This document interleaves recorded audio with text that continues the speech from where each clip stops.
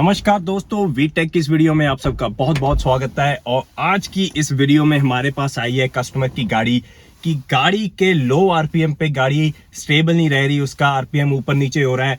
तो उस कारण पे गाड़ी कभी कभी स्टॉल भी हो जाती है, बंद भी हो जाती है। तो कस्टमर चाहता है कि हम इस गाड़ी को करें फिक्स। तो इससे पहले शुरू करें, मैं आपको बताऊं, ये सुब्रू की गाड़ी है। सुब्रू शायद इंडिया में गाड़ियां नहीं बनाती।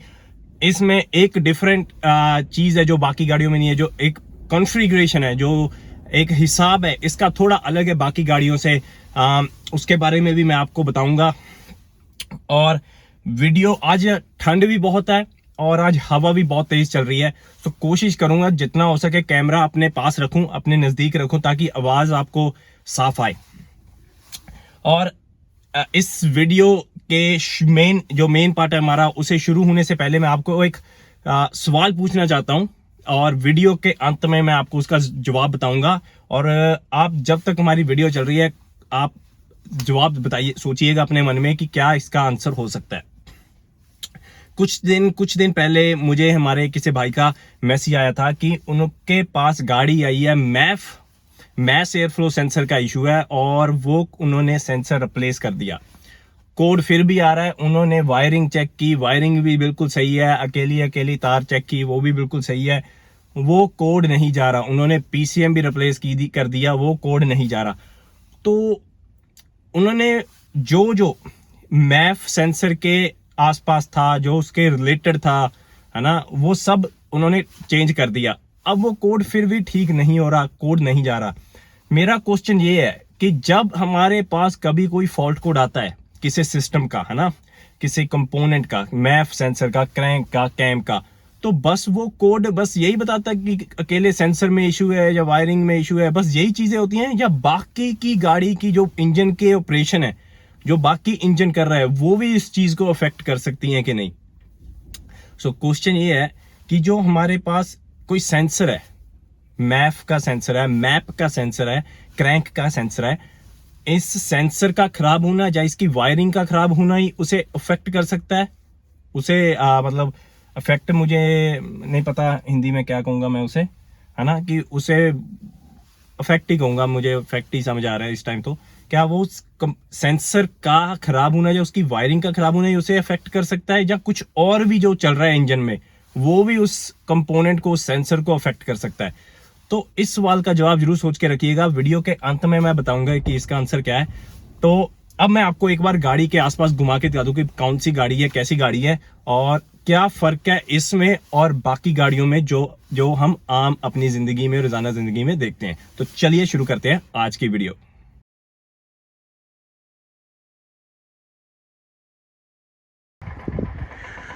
सो फ्रेंड्स, ये गाड़ी है, मैं आपको दिखा देता हूँ गाड़ी के पास घूमकर।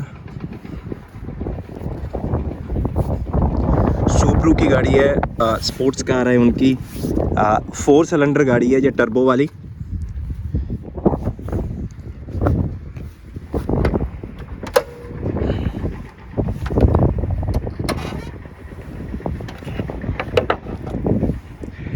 कैमरा पकड़ने में आज थोड़ी मुश्किल होगी क्योंकि मैं फिर से अकेला हूँ, कैमरा पकड़ने वाला कोई नहीं है। सो कोशिश करूँगा कि ज़्यादा वीडियो ऊपर नीचे ना हो।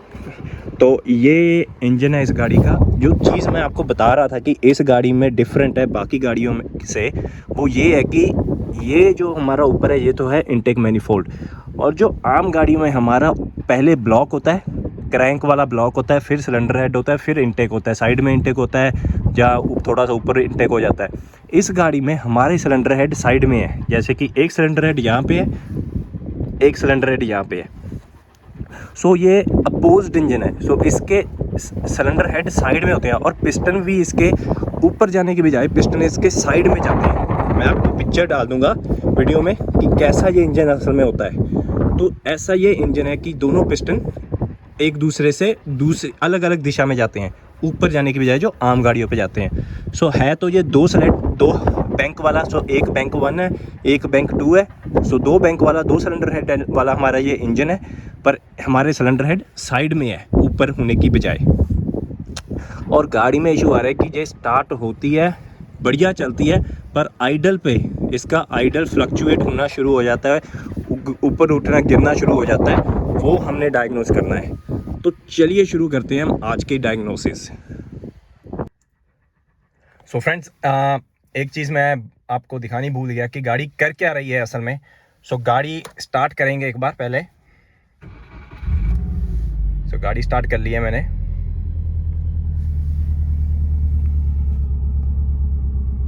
आरपीएम देखेंगे,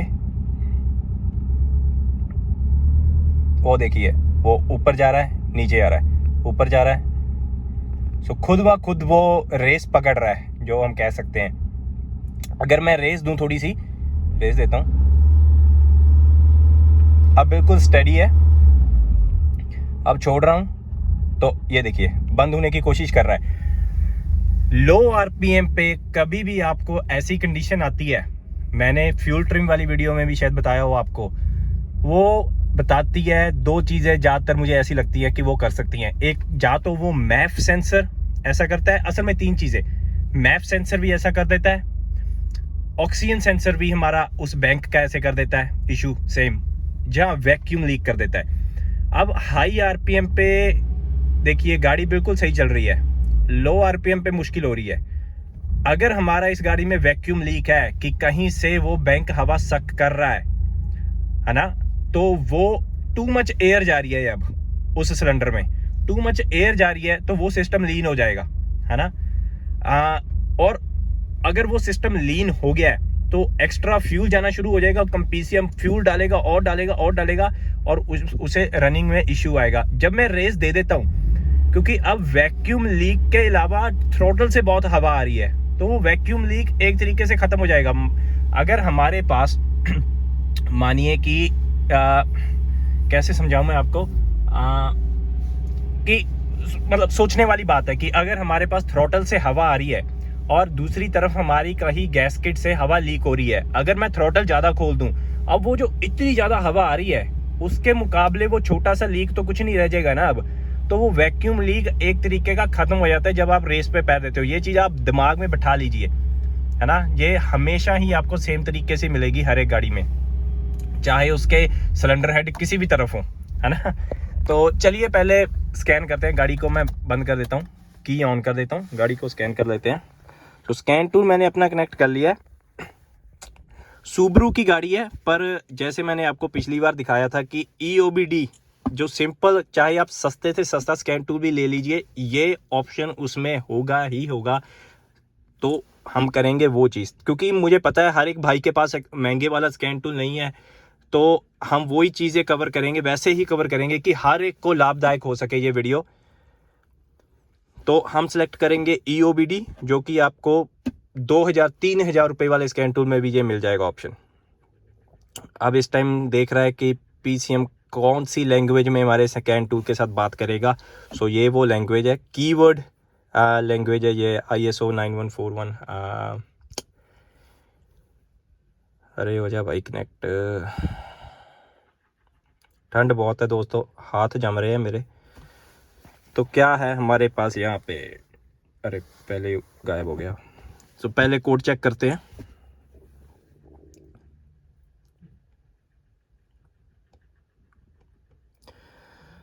तो कोड है हमारे पास system too lean bank 1, map sensor circuit high, turbocharger supercharger waste gate actuator A performance, air system A, system too lean bank 1 A system A. तो फ्रेंड्स हमारे पास ये सारे कोड्स आ रहे हैं यहाँ पे। ए सिस्टम ए का, ये एयर सिस्टम ए का जो कोड है, ये वाला जो कोड है वो हमारे सेकेंडरी एयर सिस्टम का है, जो हमारा एयर पंप लगा होता है, जो हवा डालता है एग्जॉस्ट में। ये कोड बहुत पहले से आ रहा है। कस्टमर ने कल जब गाड़ी ये ड्रॉप की थी, जब ये गाड़ी मेरे साथ छोड़ी थी, उन्होंने कह दिया था कि जो एयर सिस्टम ए का कोड आ रहा है वो पहले से आ रहा है ना। तो जब गाड़ी ये पहले से वो चला रहा है, तब ये इशू था भी नहीं गाड़ी में, जो हमारा जो अब आरपीएम का हो रहा है, तब भी ये कोड आ रहा था। और ये कस्टमर मुझे 1.5-2 साल से जानता है। मैंने इसका इंजन का हेड भी किए थे, दोनों बैरिंग्स भी की थी, इंजन रीबिल्ड करके दिया था मैंने 1.5 साल पहले इसे। तो ये मेरा बनाया हुआ इंजन है इस गाड़ी में। और मुझे तब भी हमने जब ये गाड़ी की थी मैंने उसे कहा था कि तेरे एयर सिस्टम ए का कोड आ रहा है, और उसने कहा था चलो छोड़। मैंने कहा अफेक्ट नहीं करेगा ये इतना, पर मर्जी है तेरी। उसने इसका पंप नहीं लिया था हमने पंप रिप्लेस नहीं किया था। पर ये जो कोड है ये नए आए हैं हमारे पास। सिस्टम 2 लीन है बैंक 1 का, जो करंट में भी है और पेंडिंग में भी है, और हमारे पास बाकी के 2 कोड भी हैं यहाँ पे। और मैप सेंसर का कोड लीन के साथ बिल्कुल सही बैठेगा। अगर सिस्टम 2 लीन हो जाएगा, मैप सेंसर भी यही कहेगा कि उसकी वोल्टेज हाई चलेगी, क्योंकि वो बहुत सारा वैक्यूम कहीं से मेजर कर रहा है ना। टू मच वैक्यूम आ रहा है वो, है ना, वो एक तरीके का लोड मानेगा उसे। तो हम देखेंगे पहले फ्रीज फ्रेम। मैंने आपको दूसरी वैसे भी पहले भी बताया है कि ये जो बर्फ के जैसा साइन होता है ये होता है फ्रीज फ्रेम हमारा, और यहाँ पे भी लिखा है हमारा फ्रीज फ्रेम लिखा है। सो पहले मैं फ्रीज फ्रेम पे क्लिक करूंगा और देखूंगा कि ये कोड आया कब था और कंडीशंस क्या थी। फ्रीज फ्रेम में चले गए हैं। कोड है हमारा सिस्टम 2 लीन बैंक 1 का, क्लोज्ड लूप में था। क्लोज्ड लूप में कि मतलब हमारा O2 सेंसर को देखा जा रहा था जब हमारा गाड़ी चल रहा था। पीसीएम O2 सेंसर को देखकर ही कैलकुलेशंस कर रहा था। कैलकुलेटेड लोड हमारा 1.2 था, बहुत कम था लोड, क्योंकि आरपीएम आइडल पे था तो ठीक है समझ सकता हूँ, पर फिर भी थोड़ा सा कम था। कूलेंट टेम्परेचर ओके नॉर्मल था। Short term fuel trim bank 1, long term fuel trim तो आप देख सकते हो 25 और 14 भी क्या 15 ही लगा लीजिए इसे, 15 और 25 ये हो गया 40 के करीब। तो 40% टोटल फ्यूल ट्रिम है हमारे पास, और ये पॉजिटिव में है, नेगेटिव में नहीं है। मतलब 40% कंप्यूटर कोशिश कर रहे हैं अपनी तरफ से और फ्यूल डालने की, क्योंकि सिस्टम इतना लीन हो चुका है ना, 2 लीन हो चुका है। इतनी ज्यादा हवा आ रही है कहीं से, जहां देखो 2 लीन का मतलब मैं आपको फिर से समझा दूं। 2 लीन का मतलब कि एग्जॉस्ट में ऑक्सीजन की अमाउंट कम हो गई है। कई बार कह देते हैं कि रिच होता है फ्यूल ज्यादा जा रहा है, लीन हो रहा है फ्यूल कम जा रहा है। फ्यूल ज्यादा या कम नहीं जा रहा, ऑक्सीजन की अमाउंट कम या ज्यादा हो रही है। अब सिस्टम लीन है मतलब ऑक्सीजन की अमाउंट बहुत ज्यादा हो चुकी है उसमें, है ना, क्योंकि कहीं से हवा जा रही है एक्स्ट्रा। सो ऑक्सीजन की अमाउंट बहुत ज्यादा बढ़ चुकी है। फ्यूल की उसके कंपैरिजन में फ्यूल की अमाउंट कम है, क्योंकि फ्यूल तो उतना ही जा रहा है। तो अब पीसीएम क्या कर रहा है, अब पीसीएम ने कमांड दी है फ्यूल ट्रिम पॉजिटिव करने की। अब वो हो गया 40% की। अब कंप्यूटर धड़ाधड़ तेल डाल रहा है उसके अंदर, ताकि वो जो एक्स्ट्रा एयर आ रही है उसके साथ उसको वो कर ले, कंपेंसेट कर ले, है ना, कि उसकी बराबरी कर ले एक तरीके की। तो वो ठीक है। हमारे पास एडवांस एंगल है 17% का, okay not a problem. Mass air flow sensor 1.92 दिखा रहा है, थोड़ा कम है क्योंकि 2.5 लीटर इंजन है ये। इस पर मैं इतना भी टेंशन नहीं लूँगा। तो बस बैंक 1 सेंसर 2 वोल्टेज 0.05, ये भी बहुत लीन गई हुई है। 45 मिली वोल्ट्स के पास गई हुई है ये।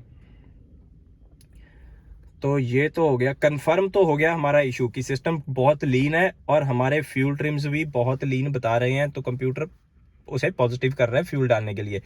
सो जब भी हमारे पास ऐसी गाड़ी आती है जहाँ मिस फायर किल भी गाड़ी आती है, मैं आपको कहता हूँ कि सबसे पहले सबसे बढ़िया चीज होती है फ्यूल ट्रिम देखना। वही हमने किया। हमारे पास कोड आया 2 लीन का, हमने फ्यूल ट्रिम्स देखे, फ्यूल ट्रिम्स ने हमें बता दिया कि सच में सिस्टम लीन है। अब हम क्या करेंगे, अब हम जाएंगे लाइव डाटा में। इसमें ऑनबोर्ड मॉनिटर में देखता हूं मैं, जैसे मैंने आपको पिछली वीडियो में दिखाया था, क्या हमें कुछ यहाँ पे बढ़िया मिलता है कि नहीं।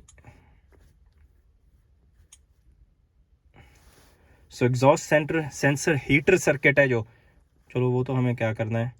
रिच टू लीन थ्रेशोल्ड, वो भी ऑक्सीजन सेंसर की है। रिच टू लीन और लीन टू रिच वो कैसे कितने टाइम में स्विच हो रही है, वो भी ठीक है। सो नहीं, हमारे पास बस ये थोड़ा सा ही डाटा है इसमें, सो वो कोई हमारी ज़्यादा हेल्प नहीं कर पा रहा।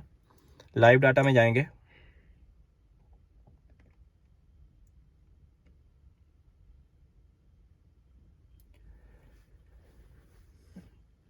सो गाड़ी अभी बंद है, स्टार्ट करेंगे गाड़ी को।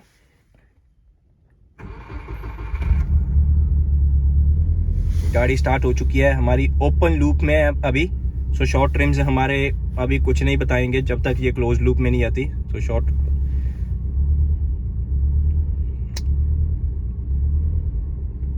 इंजन आरपीएम हमारा 1100 900 अभी क्लोज लूप में आ गया। अरे शॉर्ट ट्रिम्स देखिए एकदम 25% और लॉन्ग टर्म 1.6%। आगे देखते हैं। एयर फ्लो रेट ठीक है,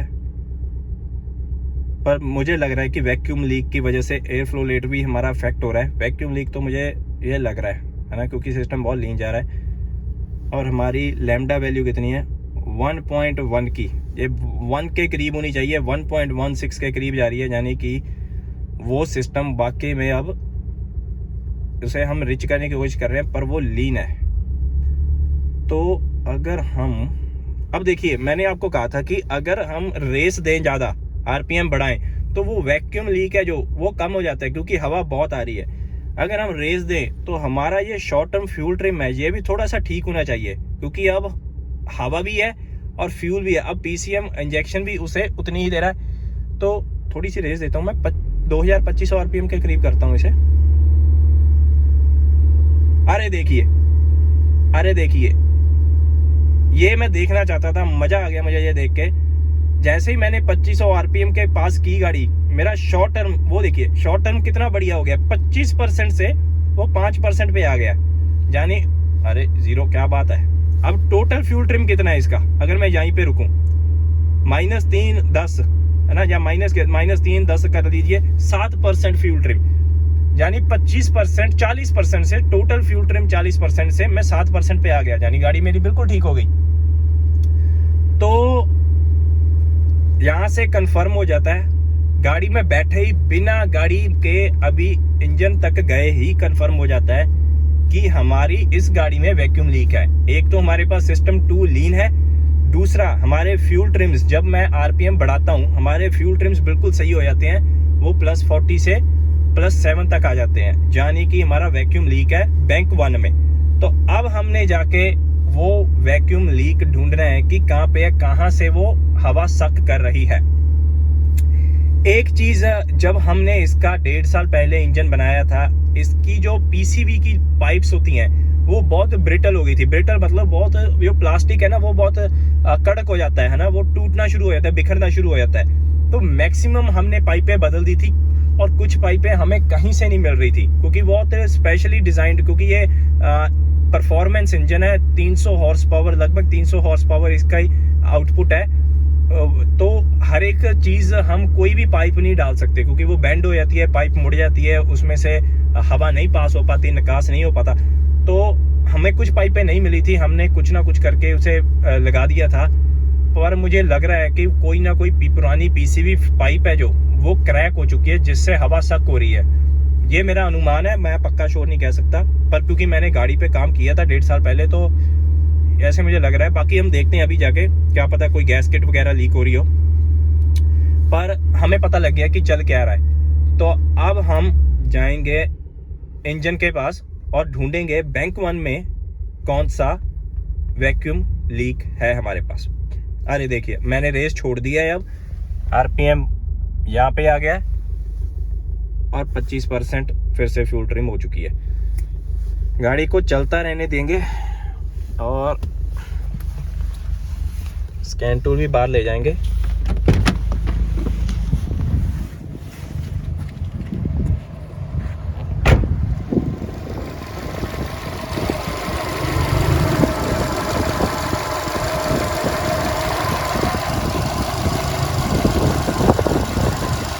सो फ्रेंड्स, अब आप कहोगे कि बैंक 1 कौन सा है। बैंक 1 होता है जिसमें सिलेंडर नंबर 1 होता है, और इस गाड़ी में सिलेंडर नंबर 1 जो हेड हमारा, ये फ्रंट है गाड़ी का, ये फ्रंट है, जौन सा हेड फ्रंट की तरफ ज़्यादा आ रहा है वो सिलेंडर नंबर 1 का बैंक होता है ना, वो बैंक 1 होता है। मैं बाकी मुझे ये इसलिए भी पता है क्योंकि मैंने ये इंजन बनाया हुआ है अपने हाथों से, तो मुझे पता है। तो अब अगर हम यहाँ पे देखें, ये हेड यहाँ पे है और ये यहाँ, ये थोड़ा सा बाहर आ रहा है हमारा, सो ये बैंक 1 है, क्योंकि ये आगे की तरफ आ रहा है। सो बैंक 1 अगर ये है तो वैक्यूम लीक होगा यहाँ पे जितनी भी पाइपें हैं। अब पाइपें ही बहुत है इसमें, टर्बो की वजह से ये भी पाइपें हैं, यहाँ भी पाइपें हैं, पाइपें हैं। ये जो लाल वाली पाइपें हैं ये तो हमें मिल गई थी, काली वाली जो गहराई में पाइपें हैं वो नहीं हमें कहीं से मिली थी। और देखिए आप सुन भी सकते हैं इंजन कर क्या रहा है इस टाइम पे।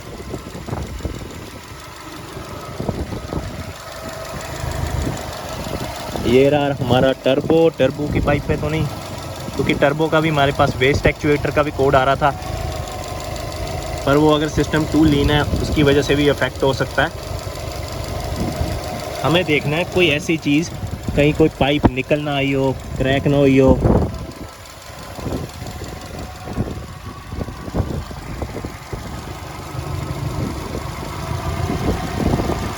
खुद ये गाड़ी रेस पकड़ रही है, छोड़ रही है, नाच गाना कर रही है अपना ही। तो अब मुझे देखो वैक्यूम लीक अगर हो तो देखो वो तो हमने कंफर्म कर लिया कि वैक्यूम लीक है ना, शॉर्ट टर्म फ्यूल ट्रिम्स को देख के, हमारे फ्यूल ट्रिम्स को देख के। अब हमने ये देखना है कि वैक्यूम लीक है कहाँ पे। अब दो तरीके हैं वैक्यूम लीक ढूंढने के। एक तो आप पानी लीजिए और पानी स्प्रे कीजिए, और जहाँ से पानी वो सक करेगा इंजन, है ना, जहाँ से वो पानी खींचेगा आपको आवाज़ आ जाएगी भी ये पानी खींच रहा है इंजन अंदर, है ना। तो एक तो वो तरीका है। दूसरा तरीका स्मोक मशीन, मैं फ़ोटो डाल दूंगा वीडियो में। स्मोक मशीन क्या होती है, आप गाड़ी स्मोक मशीन लगा दीजिए इंजन बंद करके, यहाँ से भी वो धुआं बाहर आ रहा है, जहाँ से वो धुआं बाहर आ रहा है यानी वहाँ से वैक्यूम लीक है। तीसरी चीज़ कि आप अपने हाथ में कोई ऐसा फ्यूल ले लीजिए, हाथ में फ्यूल ले लीजिए और फ्यूल स्प्रे करना शुरू कर दीजिए। जहाँ पे भी लीक होगा आपको इंजन की स्पीड में पता लग जाएगा, क्योंकि एक्स्ट्रा फ्यूल डाल रहे हो आप, है ना। तो हमारे पास वैक्यूम लीक है, मुझे अब फ्यूल का कैन चाहिए, क्योंकि मेरे पास स्मोक मशीन नहीं है, बहुत महंगी आती है वो स्मोक मशीन, मेरे पास है नहीं। पानी में यूज़ कर सकता हूँ, पर मेरे पास फ्यूल वाला कैन भी पड़ा है, मैं फ्यूल वाला कैन यूज़ करूँगा अब, और देखेंगे कि कहाँ पे है ये वैक्यूम लीक। उम्मीद करता हूँ ऊपर ही हो ताकि हम ठीक कर सकें, अगर ज़्यादा नीचे होगा फिर थोड़ी मुश्किल हो जानी है मुझे। अब मैं पहले लाता हूँ वो फ्यूल वाला कैन, और फिर हम शुरू करते हैं यहाँ पे स्प्रे करना और देखते हैं वैक्यूम लीक कहाँ पे है। सो फ्रेंड्स, फ्यूल मैंने ले लिया है, मेरे पास है ब्रेक क्लीनर पड़ा है। मेरा ब्रेक क्लीनर भी बहुत जल्दी फ्यूल का ही काम करता है। अगर कहीं पे आपके पास कुछ गर्म हो, ज़्यादा गर्म हो, वहाँ पे ब्रेक क्लीनर नहीं स्प्रे करते क्योंकि आग पकड़ लेता है ये। पर इस सिचुएशन में मेरा ये काम कर देगा ब्रेक क्लीनर। तो क्या करूँगा, मैं ब्रेक क्लीनर को स्प्रे करूँगा। ये हम यहाँ पे रख देंगे, ये देखिए ये स्प्रे करता है। तो अब मैंने करना है उस बैंक वन के आसपास इसे स्प्रे, और देखना है कि कहाँ से हमारा कुछ चेंज हो रहा है। तो यहाँ से हमारा इंटेक शुरू होता है, क्योंकि यहाँ पे हमारी गैसकेट है, दिखा देता हूँ, यहाँ पे हमारी इंटेक गैसकेट है। तो शुरू करते हैं स्प्रे करना।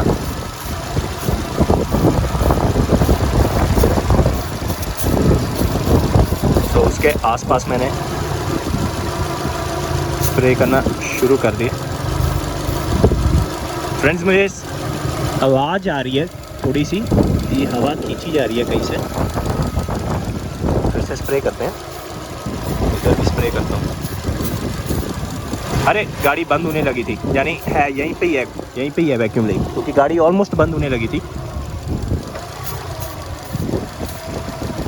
आवाज़ के साथ साथ आप स्कैन टूल डाटा भी देख सकते हैं। तो हमारे पास यहाँ पे है फ्यूल ट्रिम 25%। और अब मैं क्या करूँगा, अब मैं यहीं पे इसे स्प्रे करूँगा और हम साथ साथ में फ्यूल ट्रिम नंबर देखेंगे। सो मैं कैमरा ऐसे कर लेता हूँ ताकि आपको दोनों चीज़ें दिखें। मैं यहाँ पे स्प्रे करूँगा और जब हमारे ये फ्यूल ट्रिम नंबर चेंज हुए, क्योंकि हम और भी फ्यूल डाल रहे हैं अब, तो अगर ये हमारे फ्यूल ट्रिम नंबर चेंज हुए, हमारा वैक्यूम लीक वहीं पे है।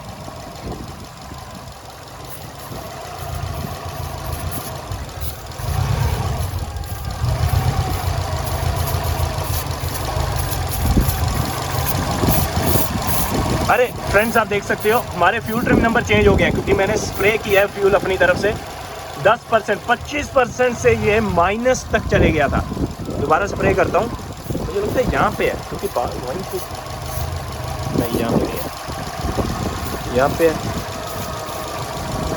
ये देखिए 12% यहीं पे है। अब यहाँ पे मैं स्प्रे कर रहा हूँ, यहाँ पे स्प्रे कर रहा हूँ, और वो देखिए 7% पे चले गया हमारा फ्यूल ट्रिम। स्प्रे करने पे। सो फ्यूल जो हमारा लीक है वैक्यूम, आवाज़ भी यहीं से आ रही है मुझे। और है कहाँ पे ये? ढूंढना बहुत मुश्किल हो जाएगा इस लीक को, क्योंकि सारी पाइपें ही पाइपें हैं। और अगर इस लीक तक पहुंचना है तो मुझे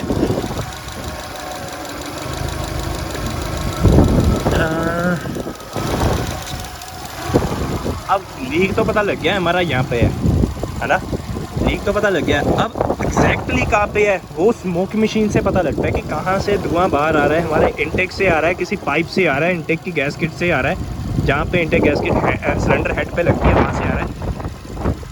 अब वो ढूंढना मुश्किल होगा और मुझे ये सारा खोलना पड़ेगा देखने के लिए कि ये कहाँ से रहा है। और खोलने के लिए मेरे पास टूल नहीं है घर पे। अब ये काम मुश्किल हो गया थोड़ा हमारे लिए, क्योंकि मुझे टूल चाहिए ये सारा इंटेक खोलने के लिए। और इंटेक खोलना इसका बहुत ही भयानक काम है। पहले इंटरकूलर निकालना पड़ेगा मुझे, सारा कुछ फ्यूल लाइंस डिस्कनेक्ट करनी पड़ेंगी और ये सारे का सारा इंटेक निकालना आराम से 3, साढ़े 3, 4 घंटे का काम है, जो कि मेरे लिए बहुत मुश्किल है। इतनी ठंड में काम करना बाहर, तो भी 3, साढ़े 3 घंटे हाथ जम जाने मेरे। और मेरे पास इतने टूल भी नहीं है इस टाइम पे। पर मैं ये कंफर्म करना चाहता हूँ कि वो लीक एग्जैक्टली है कहाँ पे। अरे कहीं से कुछ टूटा तो नहीं है, कोई पाइप टूटी हो तो पता दिख रहा है। देखिए स्प्रे करके फिर से यहाँ पे कहीं। वो फ्यूल ट्रिम फिर से चेंज हुआ था 9%, यहाँ पे स्प्रे करने पे भी अब चेंज हो रहा है, वो चेंज हो रहा है 9 पे चले गया। हाँ तो यहाँ पे लग रहा है। अब एक मिनट, पहले तो मैं ये देखूँ कि यहाँ पे इंटेक शुरू होता है, पहले यहाँ पे स्प्रे करता हूँ, यहाँ पे बस थोड़ा सा यहाँ पे। अब देखता हूँ फर्क है। मेन यहाँ पे नहीं है, इंटेक में नहीं है, क्योंकि यहाँ पे मैं स्प्रे करता हूँ तो वो 19% ही जा रहा है। पर अगर मैं दूसरी तरफ स्प्रे करता हूँ तो वो 9% तक जा रहा है। तो ये जो पाइप है, ये काली वाली पाइप है, मैं आपको दिखा देता हूँ। ये जो काली वाली पाइप है, इसके नीचे वो क्लैंप लगा हुआ है, यहाँ पे स्प्रे करते हैं ऐसे।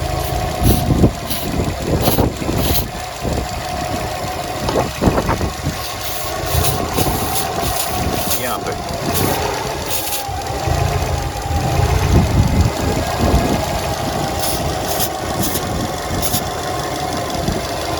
फ्यूल ट्रिम कोई फर्क नहीं पड़ा उसे, ठीक है। अब कहाँ से स्प्रे करें? यहाँ से देने की कोशिश कर रहा है, ये बंद होने की कोशिश कर रहा है।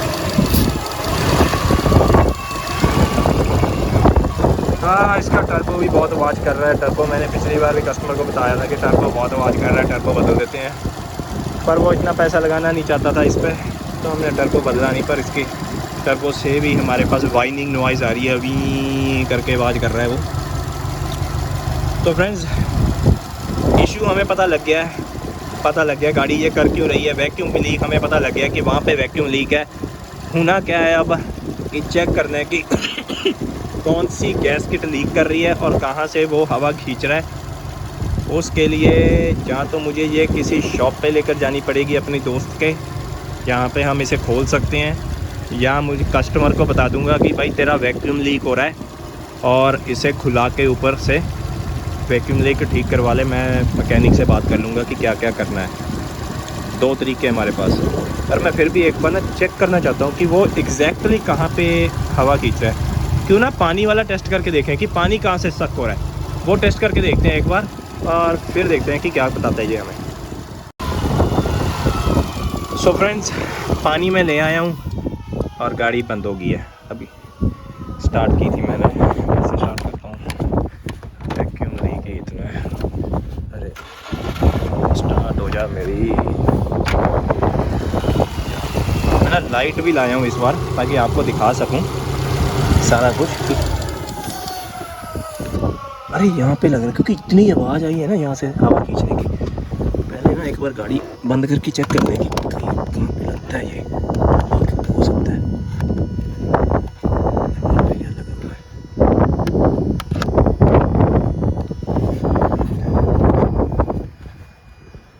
अगर ये मैं कूलेंट वाला यहाँ से उठाऊँ कुछ बोल्ट खोल के, क्योंकि थोड़े से तो मेरे पास बोल्ट खोलने के लिए चाबी तो है, तो मैं देख सकता हूँ कि लीक है कहाँ पे।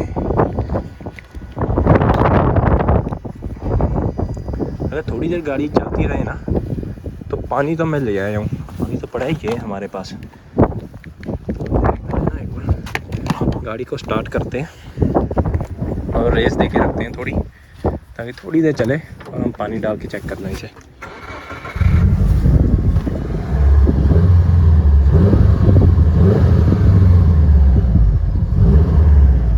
एक तो आवाज़ इतनी करती है ना गड़ाएं गड़ाएं एग्जॉस्ट से, मुझे लगता है मेरे आस पास के पड़ोसियों ने दुखी हो जाना। अरे चल बंद ना हो, बंद ना हो, बंद ना हो। अरे बंद हो जा रही है, मुश्किल होगी क्योंकि मैंने पानी टेस्ट करना है।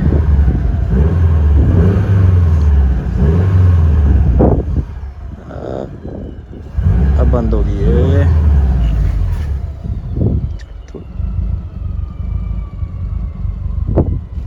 चल रही है फ्रेंड्स, चल रही है गाड़ी।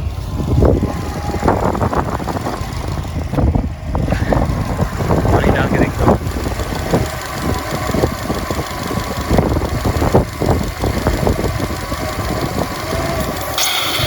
वो देखिए फ्रेंड्स, आवाज़ आई, बहुत ज़्यादा आवाज़ आ रही है कहीं से पानी खींचने की। इसे करूँगा, या तो ये पानी खींचने की आवाज़ है या ये पानी एग्जॉस्ट पे पड़ रहा है, और खींचने की आवाज़ है। एग्जॉस्ट तो पीछे रह गया हमारा। इधर से डालता हूँ।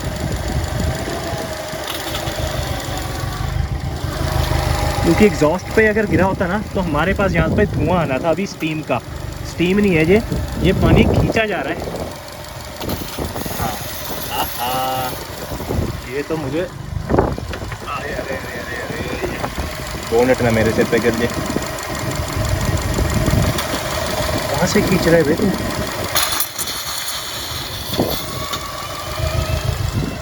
अब कुछ लोग सोच रहे होंगे कि इतना पानी डाल रहे हैं इंजन में, चलते इंजन में ये इंजन ख़राब करेगा। तो फ्रेंड्स, इंजन इतने से पानी में ख़राब नहीं होगा। कम से कम थोड़े से हमारे पिस्टन के ऊपर का जो हेड होता है वही साफ़ हो जाएगा स्टीम से, पर इंजन ऐसे ख़राब नहीं होता एकदम थोड़े से पानी से। मेरा ही बनाया हुआ इंजन है, सो ऐसे तो ये नहीं ख़राब होता। पर अब ये आई कहाँ से, ये पानी कहाँ से खींच रहा है?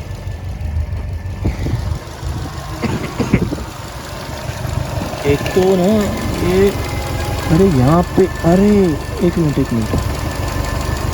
ये पाइप यहाँ पे, अरे एक मिनट, ये भी पाइप यहाँ पे टेप लगाई हुई है। मैंने ही लगाई होगी और किसने लगाई होगी।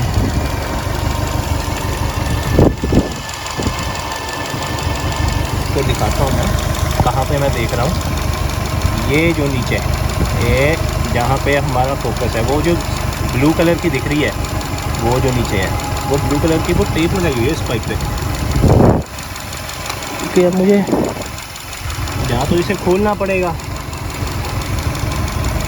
अरे यहाँ पे एक मिनट ना,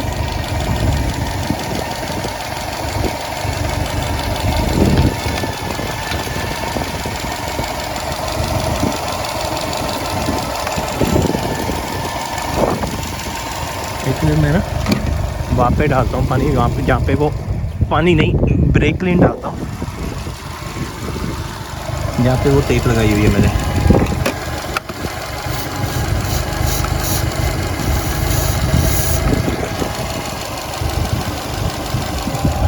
मुझे लगता है वही है, एक मिनट।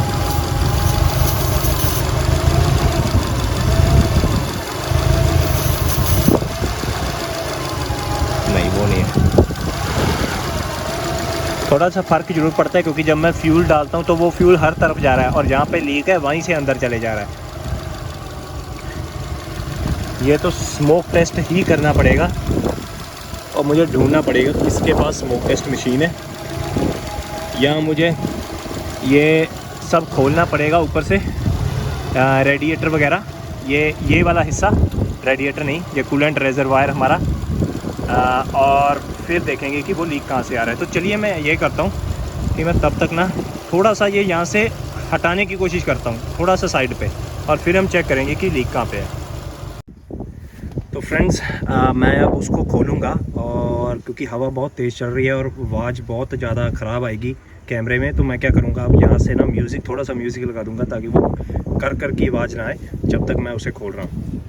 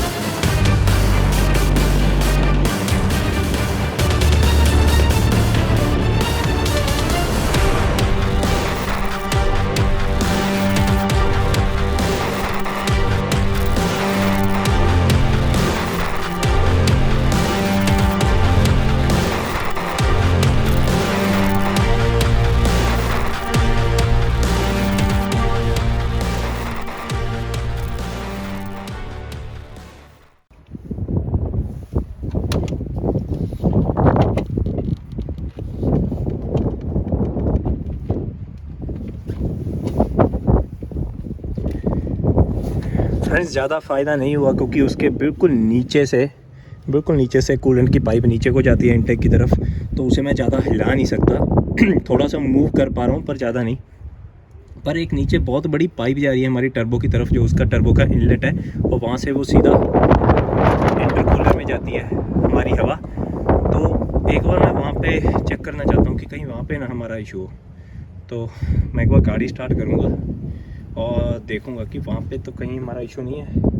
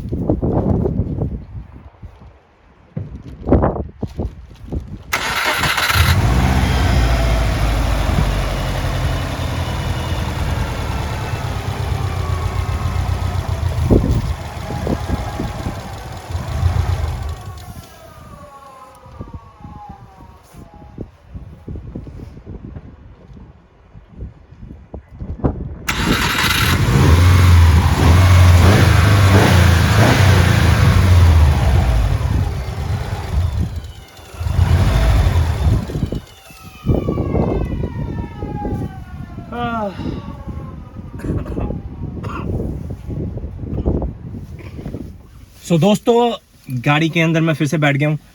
हमारा जो इशू था, हमारे पास 4 कोड आ रहे थे। पहला कोड हमारे पास सिस्टम 2 लीन का था, दूसरा कोड हमारा मैप सेंसर सर्किट हाई का था, तीसरा कोड हमारा टर्बो चार्जर का सोलिनॉइड का सर्किट हाई इनपुट का था, और चौथा कोड था हमारा सेकेंडरी एयर का, है ना। तो सेकेंडरी एयर का तो मैंने आपको पहले बता दिया था, उसके बारे में हम इतना इतना वरी नहीं करेंगे। मेन जो मेरा मकसद था वो था टू लीन को चेक करने का, क्योंकि मैप सेंसर का जो कोड आ रहा है वो टू लीन के साथ रिलेटेड ही हो सकता है। तो जब तक मैं टू लीन का नहीं ठीक करता, मैं मैप सेंसर के हाई इनपुट की तरफ ध्यान भी नहीं दूंगा। और जो टर्बो चार्जर के सोलिनॉइड का कोड आ रहा है वो सिंपल सोलिनॉइड है, बिल्कुल ऊपर लगा हुआ है। टर्बो के साथ दो वैक्यूम लाइंस जा रही हैं, एक वैक्यूम लाइन आपकी इनटेक की तरफ जा रही है, दूसरी वैक्यूम लाइन आपके turbo actuator waste gate actuator की तरफ जा रही है। तो बहुत सिंपल सर्किट है। ज़्यादा से ज़्यादा हमें सोलिनॉइड बदलना पड़ जाएगा, एक टेस्ट करना पड़ेगा कि क्या कंप्यूटर कंट्रोल कर रहा है कि नहीं उस सोलिनॉइड को।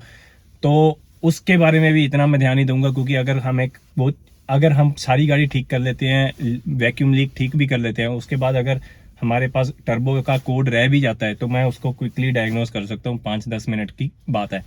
पर जो मेरा मेन मकसद था वो था टू लीन के साथ कि वो सिस्टम लीन क्यों आ रहा है। क्या ये ऑक्सीजन सेंसर है जो इशू कर रहा है क्या हमारे फ्यूल प्रेशर में इशू है, उस साइड फ्यूल इंजेक्टर्स में इशू है जो सिस्टम को लीन कर रहे हैं। अगर फ्यूल इंजेक्टर स्प्रे नहीं करेगा फिर भी ऑक्सीजन अमाउंट गाड़ी में ज़्यादा जाएगी, उस एग्जॉस्ट में ज़्यादा स्ट्रीम में ऑक्सीजन ज़्यादा जाएगी, जिसकी वजह से वो टू लीन हो सकता है। मेरा गला फिर से ख़राब होने लग गया, सॉरी फ्रेंड्स। तो और यहाँ हमारा ऑक्सीजन सेंसर, या हमारा फ्यूल इंजेक्टर्स का इशू, या हमारे मैफ सेंसर का इशू, या हमारा वैक्यूम लीक, इनमें से मुझे पता करना था कि इशू है कौन सा। ज़्यादातर मेरी कोशिश होती है, ज़्यादातर क्या आपको पता ही है, जो मैंने पिछली वीडियोस में भी दिखाया, मैं गाड़ियाँ डायग्नोज करता हूँ और कस्टमर को बता देता हूँ कि ये इशू है, आप जाके कहीं से भी आप ठीक करवा सकते हैं जहाँ से आपको ठीक लगता है। कोशिश तो मेरी ये थी कि क्योंकि मैंने इस गाड़ी पे पहले भी 1.5 साल पहले भी काम किया है, तो मेरी कोशिश थी कि मैं खुद ही काम करूं। पर मेरे पास इतने टूल्स ही नहीं है और इतना समय नहीं है, क्योंकि दिन बहुत छोटे हैं ठंड की वजह से, और कल से पूरा हफ्ता बारिश है। तो अगर यहाँ पे बारिश होगी तो आज अगर मैं जितना कर सकूं, पर वो इनटेक का पूरा इनटेक निकालना वो बहुत बड़ी जॉब है। और मुश्किल चीज़ ये आ रही है कि पिन पॉइंट कौन सी पाइप लीक कर रही है, हवा खींच रही है, वो पता नहीं लग पा रहा, क्योंकि इतना ज़्यादा वो इनटेक ऊपर बैठा हुआ है उसके। इस टाइम पे ज़्यादातर मैं कस्टमर को कह देता हूँ कि आपका इनटेक लीक है, बैंक साइड पे आपका वैक्यूम लीक हो रहा है कहीं से, तो हमें इनटेक निकालना पड़ेगा। उसके पास जो पाइपें हैं वो हमें चेक करनी पड़ेंगी और रिप्लेस भी करनी पड़ेगी। अगर पाइपें वो ब्रिटल हो चुकी हैं, बहुत सख्त हो चुकी हैं, और इनटेक की गैसकिट्स हम चेंज कर देंगे। एक तो ये तरीका है कस्टमर को जॉब सेल करने का कि हमें आपका ये एक बैंक का इनटेक की गैसकिट्स और पाइपें वगैरह चेंज करनी पड़ेगी, आपका वैक्यूम लीक बिल्कुल ठीक हो जाएगा, क्योंकि हमें पता है ये वैक्यूम लीक है। दूसरा ऑप्शन हम ये कह सकते हैं कि हम किसी न किसी शॉप से या किसी इंसान से बात करें जिसके पास स्मोक मशीन हो, स्मोक मशीन से हम पक्का कर लें कि कौन सी पाइप लीक कर रही है और फिर काम करें। अब इशू ये है, अगर मुझे पता भी लग जाता है कि कौन सी पाइप लीक कर रही है स्मोक मशीन से, इनटेक मुझे फिर से निकालना ही पड़ेगा, क्योंकि इनटेक ऊपर बैठा ही बैठा है हर जगह पे जहाँ पे वो लीक लग रहा है मुझे। अगर इनटेक फिर भी निकालना ही है तो कस्टमर को तो इनटेक के निकालने का चार्ज करना ही पड़ेगा। सो वो स्मोक मशीन से बस इतना है कि हमें पता लग जाए कि एग्जैक्टली कहाँ पे लीक है, पर वो सारा काम फिर भी करना ही पड़ेगा। अब स्मोक मशीन मेरे पास तो नहीं है, 2-3 दोस्तों से मैंने बात की है जिनकी अपनी वर्कशॉप से, उनके पास भी नहीं है, क्योंकि वो महंगी आती है स्मोक मशीन और इतना ज़्यादा आप यूज़ नहीं करते उसे, है ना। मैं ज़्यादातर, अगर मेरी भी शॉप होती, अगर मैं ये करता मेरी अपनी शॉप होती तो शायद मैं स्मोक मशीन रख लेता, क्योंकि मैं डायग्नोस्टिक्स का काम ज़्यादा करता हूँ। पर आम शॉप वाले नहीं रखते, वो कहते हैं कि अगर हमें पता लग गया कि यहाँ पे वैक्यूम लीक है तो हम कस्टमर को कह देंगे कि ये गैस किट्स वगैरह सारी चेंज होने वाली है। तो मुझे लगता है आज की वीडियो यहीं पे ही ख़त्म करनी पड़ेगी, क्योंकि हमारे पास गाड़ी आई थी, उसमें कोड आ रहे थे, हमने कोड डायग्नोस कर लिया, हमें पता लग गया इशू क्या है।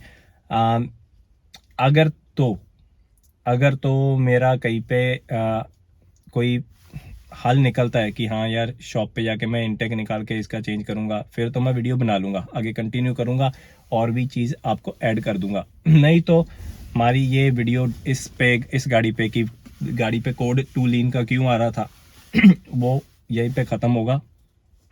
उम्मीद है आपको वीडियो बढ़िया लगी होगी। सिस्टम लीन के जो कोड आते हैं आपके पास, सिस्टम टू रिच का जो कोड आता है आपके पास, आपको फ्यूल ट्रिम्स के बारे में थोड़ा पता लग गया होगा कि कैसे वो काम करते हैं और कैसे आप उसे वैक्यूम लीक को डायग्नोस कर सकते हो।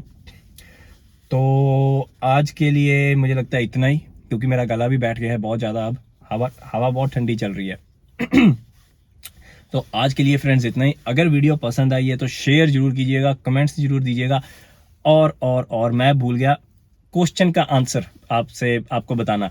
मैंने आपको क्वेश्चन पूछा था कि मैफ सेंसर का, अगर मेरे भाई ने कहा कि उन्होंने सेंसर भी चेंज कर दिया, वायरिंग भी चेक कर ली, पीसीएम भी चेंज कर दिया, वो फिर भी आ रहा है। क्वेश्चन मेरा था कि जो कंपोनेंट होता है, अगर उसमें इशू आए, जो कोड आ रहा है वो कंपोनेंट का इशू है, वायरिंग का इशू है, या कुछ और भी चीज़ें अफेक्ट कर सकती हैं। उसका आंसर ये है कि और भी चीज़ें अफेक्ट कर सकती हैं कोड आने में, है ना। अब वो मैफ सेंसर का जो कोड है, वो सिंपल चीज़ मैं आपको बताऊँ। एक बार आप ना, कभी भी हम डायग्नोज करते हैं, थोड़ा सा ना बड़ा सोचिए कि कौन कौन सी चीज़ें अफेक्ट कर सकती है उस सिस्टम को। अब मैफ सेंसर का कोड आ रहा था, है ना। मानिए हमारे पास एक गाड़ी है, आज हमने वैक्यूम लीक किया। वैक्यूम लीक की उदाहरण में ले लेते हैं। आज कोई गाड़ी है हमारे पास, एक इंजन है, पूरा बंद है, सील्ड है पूरा, है ना, गैसकेट्स लगी हैं, सील इंजन है, हवा आ रही है। अगर कहीं से वैक्यूम लीक शुरू हो जाए तो जो मैफ सेंसर की रीडिंग है वो तो चेंज होगी, है ना। क्योंकि उदाहरण लीजिए, मैं गले से सांस ले रहा हूँ, यहाँ पे मैफ सेंसर लगा है, वो बता रहा है कि मैं कितनी सांस ले रहा हूँ। अगर यहाँ पे जो मेरी सांस लेने वाली नाली है, यहाँ पे मैं छेद कर दूं, अब यहाँ से भी सांस ले रहा हूँ, हवा अंदर जा रही है, तो यहाँ पे जो रीडिंग आ रही है, सांस लेने की मात्रा है, वो चेंज हो जाएगी। क्यों? क्योंकि अब यहाँ से एक रास्ता बन चुका है हवा लेने को, तो ये जो रास्ता है हवा लेने का, उसमें इफेक्ट पड़ेगा, है ना। तो बात यह है कि जरूरी नहीं होता कि मैफ सेंसर का कोड है तो मैफ का इशू है या उसकी वायरिंग का इशू है। क्या कोई और चीज भी है गाड़ी में जो उसको अफेक्ट कर सकती है? अगर हमारा कहीं पे वैक्यूम लीक है गाड़ी में, तो आपकी मैफ सेंसर की रीडिंग में फर्क आएगा। और कई बार ईसीएम को नहीं पता लगता कि वो वैक्यूम लीक है, टू लीन का कोड भी डालना है। वो क्या करेगा, वो मैफ सेंसर की अब रीडिंग बहुत ऊपर नीचे होने लगी है, उसने कहना है कि मैफ सेंसर का कोड आ गया, आपके पास कोड आ गया। पीसीएम ने 2 कोड दे देने आपको, मैफ सेंसर का और सिस्टम टू लीन का। आपने कहना यार सिस्टम टू लीन अब मुझे तो ढूंढना पड़ेगा, क्यों लीन है, मैफ सेंसर बदल के देख देता हूँ। आप मैफ सेंसर बदल देंगे, आप उसकी वायरिंग चेक करेंगे, वो कोड जाएगा ही नहीं, क्योंकि वो टू लीन की वजह से। कई बार टू लीन का कोड ही नहीं आता, क्योंकि इतना लीन वो नहीं होता, पर मैफ सेंसर का कोड आ जाता है। सो जब भी डायग्नोज करें, थोड़ा सा ब्रॉड माइंडेड होकर सोचें कि कौन कौन सी चीज़ इसे अफेक्ट कर सकती है। और इतना आसान भी नहीं होता कि हम लोग कि यार कैसे ध्यान में ही नहीं आती ये बातें, ये चीज़ें जब करते हैं कब पता लगेंगी, तो धीरे धीरे पता लगती है। बहुत सी चीज़ें मुझे भी इतना ही एकदम पता नहीं लगती कि यार ये कैसे हो रहा है, फिर लगा रहता हूँ तो दिमाग में बैठनी शुरू हो जाती हैं। तो और वीडियोस जो हम बना रहे हैं, कोशिश तो यही है कि आपको सारी चीज़ें अच्छी तरह से समझ आएँ, इनका कोई फ़ायदा हो आपकी लाइफ में, आपकी ज़िंदगी में, आपके रोज़ाना गाड़ियों पे आप काम कर रहे हो, उस चीज़ में फ़ायदा हो आपको इन वीडियोस का। तो फ्रेंड्स, वीडियो ख़त्म करता हूँ, बहुत लंबी चलेगी। हर बार मैं ये कहता हूँ कि वीडियो कम रखनी है, छोटी रखनी है, और बोलता ही जाता हूँ, वीडियो बहुत लंबी कर लेता हूँ और गला मेरा बैठ जाता है। तो फ्रेंड्स, मिलेंगे अगली बार।